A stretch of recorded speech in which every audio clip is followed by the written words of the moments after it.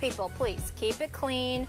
Plus no music, trademarks, copyrighted material. And we just want you to be yourself on camera impressing us. Winners will be announced November 23rd by our show staff, so get busy, work on those, and we hope to see you here on the debate desk taking on these two. We're gonna be playing their video at the bottom, last segment of each hour. We're gonna show two every day. We're gonna pick winners every day. And then the finalists, you know, they're gonna roll up in there. Apparently, you know, Lil Wayne, cats think they can come at us, and you know, I gotta shut them down once and for all. I mean, they brought it on themselves. I try to be nice, you know that. I try to be nice, but they brought it on themselves. They asked for it, so they want to come on national TV and get embarrassed. Okay. You know what it's like. Everyone wants to be a rapper, right? Coming up, trying to battle you. How long has that been going on? They never tried to battle me. What, you got any tips for these people taking on these two? Just know what you're doing and know what you're talking about, because once you stand over there once you stand over there waiting to walk in and already hear what's going on, you might be intimidated and walk out. Yeah. Fair enough. How about that? Wait, good advice. Good advice. So good to have you here. Thanks. I want to start with this topic. So rumor is you had an issue with this man saying Big Papi is not a first ballot Hall of Famer. Would you like to say something to him? David Ortiz, Big Papi. I just don't understand. I actually thought that, because I've been on shows and I know for a fact sometimes we need, if it's two people on the show and both of us agree on the subject, the producer may ask us, we need you to disagree just to make it a debate. We don't roll like that here. I thought that's what was going on. No. I was like, I know he cannot actually believe that Papi's not a first. You serious? See, that doesn't happen here on First Take. We say what we want. Now, I was telling Lil Wayne what I think of him as a rapper before we started this segment. Thank you. A lot of rappers who are considered great rappers, they're great lyricists. In fact, to me, it feels like they need to, when they say they get open, it means there's an opportunity for a rhyme, and they do it, and then that starts to influence the story they're going to tell or what they're going to say. Yeah, Lil Wayne is one of 3 or 4 guys alive today, I believe, where you are the master of the words. Yeah. But answer his question. Well, I say you are the master of the words. You don't have to. You say exactly what you want. Thank you. But this ain't the studio. This ain't the booth. Intro. This is the debate desk, and you got to come harder than that. Lil Wayne, you're talking about. You really believe that? Did you hear my argument? Let me restate it. I heard your argument. David Ortiz was a great hitter by any measure. However, there's something called home road splits in baseball. Yeah. Does your home ballpark affect you positively? The answer was yes. Yes, it does. Now, in his case, because he hit at a great hitter's park, people who say, well, that's good for righties, not lefties. In Ortiz's case, I'm telling you, you look at the home road splits, on base and slugging, the significant stats, he's better at home than on the road. Still a great hitter on the road. But as a DH, you need more than that to get into the Hall of Fame. You see, there's something called, I'll tell everyone about baseball a little bit here. I know you're a big sports fan, baseball fan. Gotcha. There's a spectrum in baseball from left to right. The hardest positions to play versus the easiest. Catcher on the left, then shortstop, like that. All the way over to first base, or in the American League, DH. Gotcha. And the more you are on the left, the less of a bat you need to be good. But the more you are on the right toward DH, the more of a bat you need to be good. And David Ortiz did not hit better than Edgar Martinez, who's not in the Hall of Fame. He did not hit better than Jim Thome, who also played more defense than Ortiz, who he hasn't been up on the ballot yet, but should be in the Hall of Fame before Ortiz. I'm not saying he should never get there, maybe eventually, but he's not a first ballot. Question. Do you agree when I say David Ortiz is the most clutch hitter of all time? Of the guys I've seen, he is up there. Question. Okay. Now, if your position or your job is a DH, that means you come in, they need you to come in to do something. And if you come in, you are the most clutch. And that's your job to come in and spark it up when we need to spark it up. And you are known and we are respecting you as the most clutch. I think you've done your job more than your job. Well, let me chime in here. Just looking at the numbers, 2-time World Series champion, 10-time All-Star, 286 career batting average, 380 career on base, 2,472 hits, ranks 103 all-time, 541 home runs, 17th all-time, 1,768 RBIs, ranks 22nd all-time, 1,192 extra base hits, 8th all-time, and only the 3rd player in Major League Baseball history with 500 home runs and 600 doubles. The only 2 other people who have ever done it is Barry Bonds, Hank Aaron. Now you go to the ballpark. I'm sitting there going like this. Ain't his fault that he was in Boston. Exactly. You got to Boston. I mean, can't hold that against him. Not only that, you're acknowledging and admitting that he was clutch. You're acknowledging and admitting that he was great on the road, just greater at home. So if somebody shows up when it counts, no matter where they are, exactly. I'm sorry, you put him in there. Now, it ain't his fault that Jim Thome ain't in there. It ain't his fault that Edgar Martinez ain't in there. Maybe you should put Edgar Martinez in there too. All I'm saying is when his time comes up, there is no question that he is the exception. There is no question that he is the dude that should go in there. You're missing the point about Fenway Park, which does not surprise me. It's not that it's his fault that he played at Fenway. It means that we still evaluate what he did at every other ballpark. And I'm telling you right now, what he did at every other ballpark as a DH would not be enough to get him in the Hall. But I would say this, his postseason performances, specifically World Series performances, maybe tips the balance, but close. You're referring to a lot of traditional stats that are simply not as important. But it's not just that. It's simply not as important. For me, it's clutch, though. I give you those stats because the numbers itself validates it, but your argument in favor of those other things, I'm like, wait a minute. If the man shows up in the clutch, exactly, that matters. Okay, Bernie Williams isn't in the Hall of Fame. You said if the numbers doesn't matter, then I know him being to the left of the left and the right of the right, that can't matter neither. Then why is that?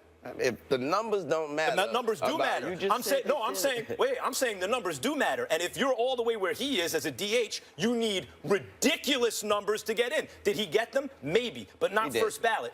Bernie Williams, a center fielder for the Yankees, whose careers overlap with Ortiz, in his prime, according to all the advanced numbers that really tell you how good someone is, was better than Ortiz. Now, he didn't have the longevity, but he was the center fielder and cleanup hitter. But the point is, he's not in the Hall of Fame. This is the way the Hall of Fame works. That's his problem. That's the way the Hall of Fame works. Not always. The way the Hall of Fame works is you see the standard of other players that were let in. You compare the new player to that standard. That's how it works. No. You judge the player by what the player does. Right now. But he's not playing in a vacuum. You're comparing him to everyone else. It's a Hall of Fame. Everybody ain't playing for Boston. You taking in the ballpark consideration, you holding that against him because he's a lefty. I'm just not giving him super extra credit for it. I'm seeing what he did on the road. But you acknowledge that he was great when he stepped away from Fenway, just not as great as at Fenway. But it wasn't like he fell off a cliff. It wasn't like he fell off a cliff and he was a scrub somewhere else. Let's go to the Cowboys, man. You don't understand. I don't understand. Just getting started with Little Wayne. Wayne, we need your take on a lot of different subjects. Let's take a quick break. More First Take with Wayne in just a moment. Stay here.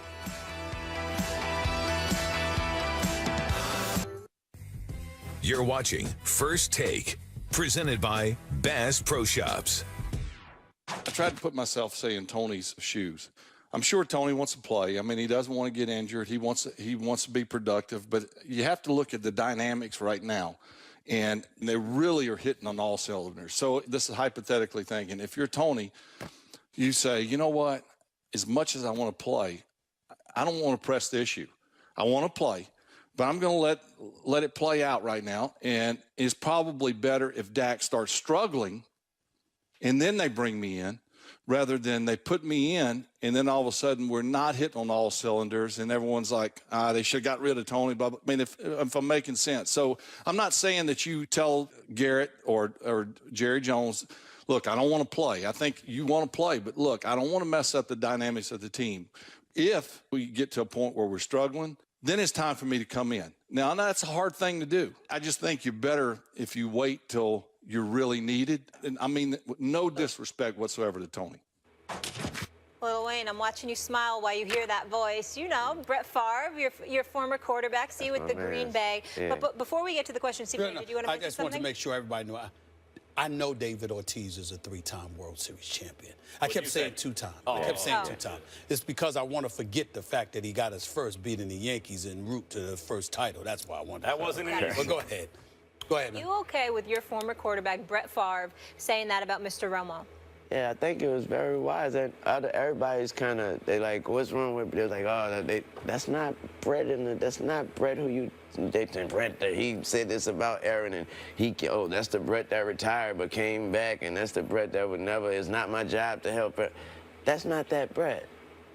this is Brett Favre. This is who he is, and this is what he's saying. And let's not worry about who's it coming from, and pay attention to what he's saying. He made sense. Well, I'm gonna pay attention to who the hell said it. I'm I'm not gonna let that go, Lil Wayne. And I'm gonna tell you why. Because I'm just saying, when you were an individual, meaning Brett Favre, when you were that dude that couldn't make up your mind when you wanted to retire, when you wanted to stay home, when you are the dude playing the quarterback position, which we're religiously told, you're not just a football player. I mean, you're the leader of the team. I mean, you're supposed to set the shining example. I mean, if you don't do it right, who else? But you've got to be that leader, the quarterback spot. This dude was nothing but the last 5 years. This dude was a walking prima donna, couldn't make up his mind when he wanted to stay, when he wanted to go, would literally leave teams dangling in the wind. Waiting. 1 year he showed up to camp for Minnesota's last year in August. I mean, he wouldn't make up his mind whether he wanted to play or not until August. Now, I was told and I was taught this does incredible damage to a football team. Oh, but not when it comes to Brett Favre. He's Brett Favre. I mean, did you know that? He threw for 71,000 yards in his career. He threw all of these touchdowns passes. Did you see him jump into the arms of his offensive lineman? Did you see him give them hugs? Did you see how he got tripped up and threw the ball underhanded to a receiver? Oh, look at the little kid in him. He still loves the game. He's just eating. Oh, you just love it. Don't you see it? Everybody fawning and drooling all over him. This is that dude. So you got the nerve to open your mouth about Tony Romo? No, Little Wayne, no. I'm not accepting that. I'm not saying he was wrong. I'm saying I don't want to hear that from Brett Favre. Go do your regular Wrangler jeans commercial, okay? Show up when they ask you to. Sit there and take pictures. You understand? Show up to Hall of Fame celebrations and all that. I don't want to hear nothing else from Brett Favre. Please. Honestly, I think Brett was looking at it like, you know, Tony ain't no Brett. Thank you. Tony ain't no Brett. So Brett was looking at it like, I'm telling y'all what Tony should do. Try to explain this Y'all to you. ain't ask me what I would do and what I should do, because y'all already know what I would do and what I should do. I might not know what I would do till August, but I was talking about till whenever I'm ready. I'm Brett. But Tony is, y'all asked me what Tony should do, and because he ain't me, he need to let that boy do what he do. And what about this? Is Favre telling on himself? Is he saying, look, this is the way, in a way, this is the way I would play it? Of course I want to play, so what I would do is I don't want to start right now, because if we lose, then I'm out. So, hey, Tony, if you want to be slick about it, let the kid keep playing. They're going to hit a rough patch. When they do, boom, you get in there. Is he telling on himself? I don't think he's telling on himself. I think he's just answering the question, man. Now you're answering the questions. All right, go ahead. Go ahead. I'm glad you were focused on the message, the only one here. The messenger. It's so touching. It's so touching. It's so touching. Let's change Brett subjects, Favre. can we, Stephen Brett A? Favre, please. Go do your Wrangler commercials. Wayne, Go ahead. let's talk a little NFC East. So you root for Redskins? That's No, in football, yeah, just the Packers, or just the or you like the Packers. Redskins in the NFC East, or is that bad information? No, that's bad information. Okay, bad information. Who do you So- like in the NFC East? Do you have a strong opinion about it? I mean, I believe the Redskins would be a lot better if they located D-Jack more. He's a great receiver, and he's kind of invisible sometimes. Well, you know what it is? I watched him last week. Deshaun Jackson's who you're talking about. Yeah. He was very frustrated. Actually, he was targeted. Kirk Cousins just overthrew him about 3 times. Exactly. You know, so this is what you have in the nation's capital, okay? When I look at the NFC East, you know, these folks, they don't get it. They don't get it, Lil Wayne. They don't understand how I'm plotting. Because you do know this about me with the Cowboy fans. I think they're disgusting. I think they're the worst fan base in American history. I can't stand the Cowboy fans. I can't stand them, okay? They make me sick. But I will tell you this. Shout out, Ant. Everybody thinks that I want the Cowboys to lose. You know, they don't understand. Go ahead and let them win. Let me get right up there, Max. Let me get right up there to the tip. Let me get right up there. Let me get to the NFC Championship game. Let them have a lead in the 4th quarter. Let them be up by 20 and then blow it. I want an epic failure. That's what I want. I want to lick the tears off the fans' face like That's what I'm after. And that's the what more heartbreaking it is, the sweeter the tears. And I hope that Jerry Jones and the Cowboys invite me to Texas Stadium, because you know what I'll do? I will party with Cowboy fans for a tailgate party and laugh right in their face when it happens. I would do it. I really would. I really would. I'm silly. Speaking of Deshaun Jackson, right? You know how hard it is to overthrow Deshaun Jackson? Exactly. How do you overthrow that guy?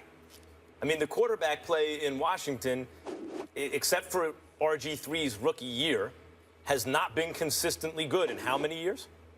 Well, Kirk Cousins played well last year, but it was against mediocre talent.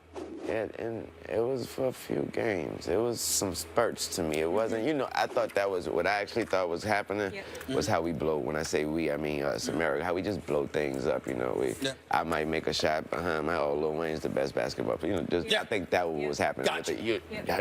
What he said, you like that or something like that? You like that? You like that? I think that's why the Green Bay Packers ended their season by saying, you like that? Hey, who you telling? The division up for grabs, like always, but clearly Carson Wentz and Dak both putting on a show. But let's get your thoughts on the Lakers real quick. First time without Kobe for 20 seasons. What are your expectations? I don't have any. Smart. I don't have any expectations. I'm just gonna watch and enjoy and see what we have, see what we're doing, and I think they should go out there the same way, just have fun and play ball, and then just try to figure something out for the time being. I don't have any expectations. I mean, let me make news today. Okay. I've decided I'm gonna be a little bit nice to Jim Buss this year. Even though I believe that he played a very significant role in ruining this franchise. I've gotten on him enough. And now that they've hired Luke Walton, who I like, who I'm confident will do a good job eventually, I'm going to sit up here and try to give the Los Angeles Lakers a little pass here. I'm hoping. I was just in L.A., you know, a couple of days ago. I did the Jimmy Kimmel show. While I was in L.A., that little buzz, that fever that you felt when Kobe was there, totally gone. It's not there now. Let's see what happens. Well, I mean, one of the good things about Kobe being so bad the last couple seasons of his career, they extended his contract before he ever showed he could play again. After the Achilles, he was never the same. He had games here and there, but basically was a terrible player, especially for one who touched the ball so much. But the benefit was fans, Lil Wayne and others, want to see Kobe. You got that. Lakers fans got to build through the draft, and now they have an interesting young nucleus and a lot of cap space going forward. Even though I don't love the way they handled it in this offseason, they still have some flexibility going